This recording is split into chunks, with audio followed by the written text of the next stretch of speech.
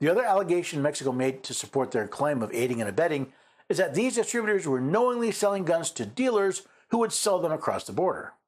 What it says the distributors are doing, including the one that's named in this complaint, are knowingly supplying the dealers who we know sell unlawfully across the border. But knowledge is not enough.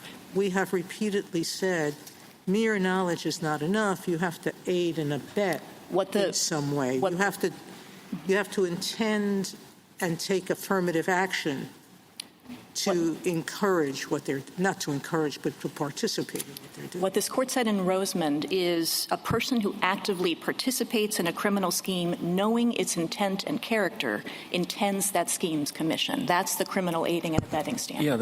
But did any of these distributors or manufacturers actively participate in these crimes? Ms. Stetson alleges so. If I could, I want to be pretty specific about some of the allegations in the complaint, because what I heard this morning was that the allegations are vague and so forth. I want to point you to a few particular allegations. Two of them are at paragraphs 122 and 146, and this has to do with trace data.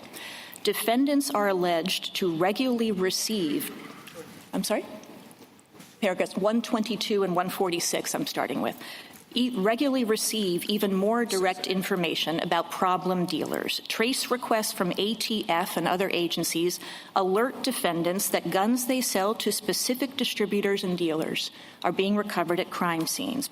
So what are these trace requests? When a firearm is found at a crime scene, law enforcement reaches out to the Bureau of Alcohol, Tobacco, Firearms, and Explosives, or ATF, to get the background of that firearm.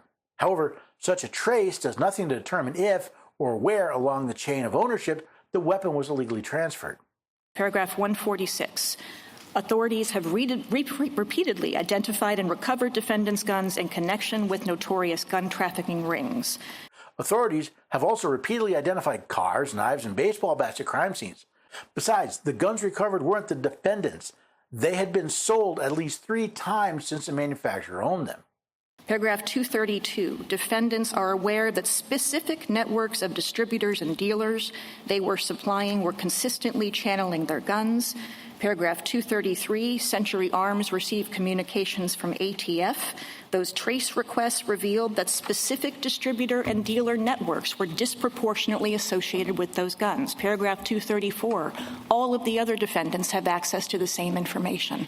That is exactly the kind of specific allegation in the complaint at this stage that satisfies a motion to dismiss. I wonder what percentage of weapons sold to those distributors and dealers ended up in the hands of cartel members. Whatever that number is, it apparently isn't enough for ATF to suspend their license.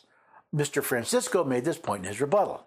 Paragraph 228, and this is an allegation that they repeat throughout. Each defendant's policy is to sell its guns to any and all federal firearms licensees. That is anyone that the federal government says that we can sell to. So their allegation is that we're treating all retailers exactly the same. We're not treating any one better than any other. We're treating them the same. How can a company be aiding and abetting when there's no evidence they assisted, approved, or supported the illegal use of their products?